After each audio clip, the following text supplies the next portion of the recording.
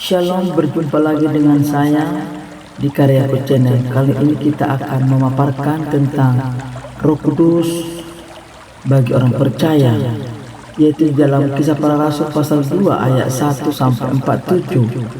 Maka hal ini ada beberapa penting yang perlu dijelaskan. Yang pertama, pencurahan Roh Kudus pada hari Pentakosta, ketika orang-orang percaya berkumpul di satu tempat.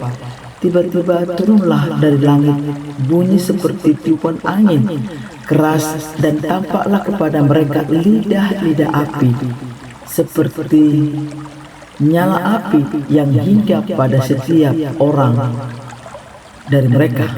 Yang kedua, berbicara dalam berbagai bahasa.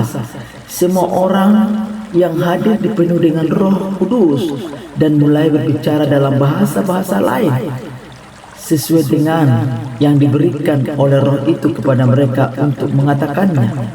Yang ketiga, banyak orang tercengang pada heran.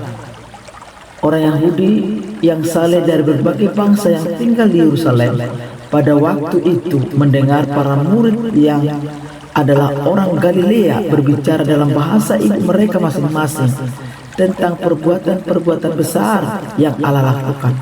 Hal ini membuat mereka heran dan bingung. Yang keempat, khotbah Petrus. Petrus berdiri bersama 11 rasul lainnya dan berkhotbah kepada orang banyak.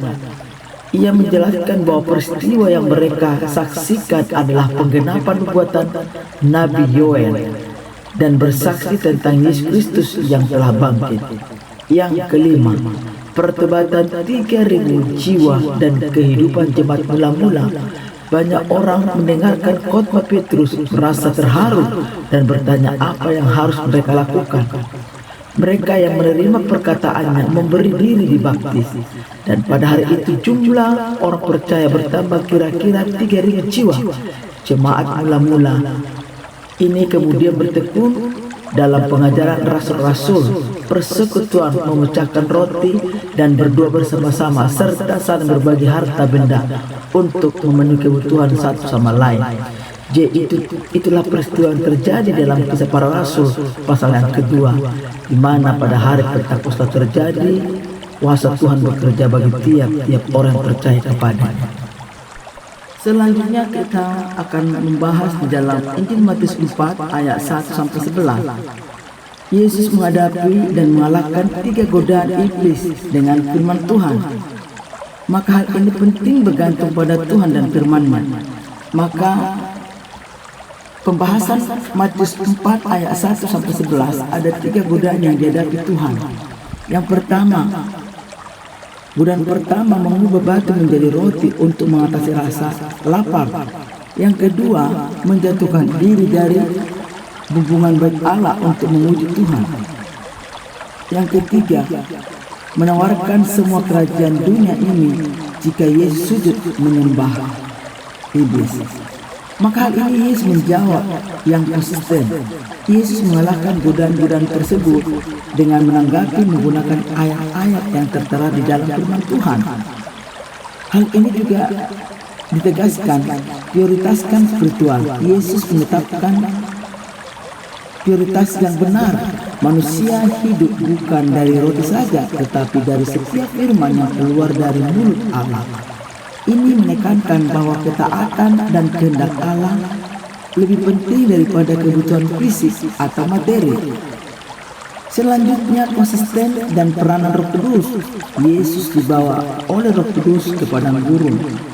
Ini menunjukkan bahwa orang yang penuh dengan Roh Kudus pun bisa dicobai. Namun, Roh Kudus juga lah yang memberi kekuatan kepada Yesus untuk menang. Ditegaskan juga penadaan bagi orang Kristen, peneladanan bagi orang Kristen. Hal ini dinyatakan, satu, umat Kristen harus menyadari bahwa peperangan rohani melawan iblis itu nyata. Dua, kemenangan atas pencobaan membutuhkan Roh Kudus dan penggunaan atau menggunakan firman Tuhan yang tepat. Yang ketiga, melalui Yesus kita dapat datang kepada Tuhan dengan iman karena Ia sendiri telah mencobai dalam segala hal. Penekanan berikutnya adalah dari hasil kemenangan setelah Yesus menang, malaikat-malaikat datang untuk melayaninya. Jadi saudara terkasih dalam Tuhan, mari kita andalkan kuasa Roh Kudus untuk menghadapi setiap godaan, karena kita tidak luput dari godaan dan tantangan kehidupan di masa ini. Apalagi saat ini di zaman era yang serba teknologi canggih, yang memakai aplikasi-aplikasi yang banyak di sana tertera tawaran-tawaran dan juga banyak tipuan-tipuan. Oleh sebab itu, kita membutuhkan Roh Kudus, kita membutuhkan firman Tuhan, kita membutuhkan Tuhan dalam hidup kita supaya kita luput dari semuanya ini. Kita tidak bisa membedakan yang mana asli, yang mana palsu. Tetapi saya percaya jika Roh Tuhan ada pada kita, saya percaya kita akan diberikan hikmat dan kita akan dituntut untuk mengambil setiap keputusan di dalam kehidupan kita. Mari sebagai orang percaya andalkan Tuhan. Yesus memberkati kita semua. Shalom.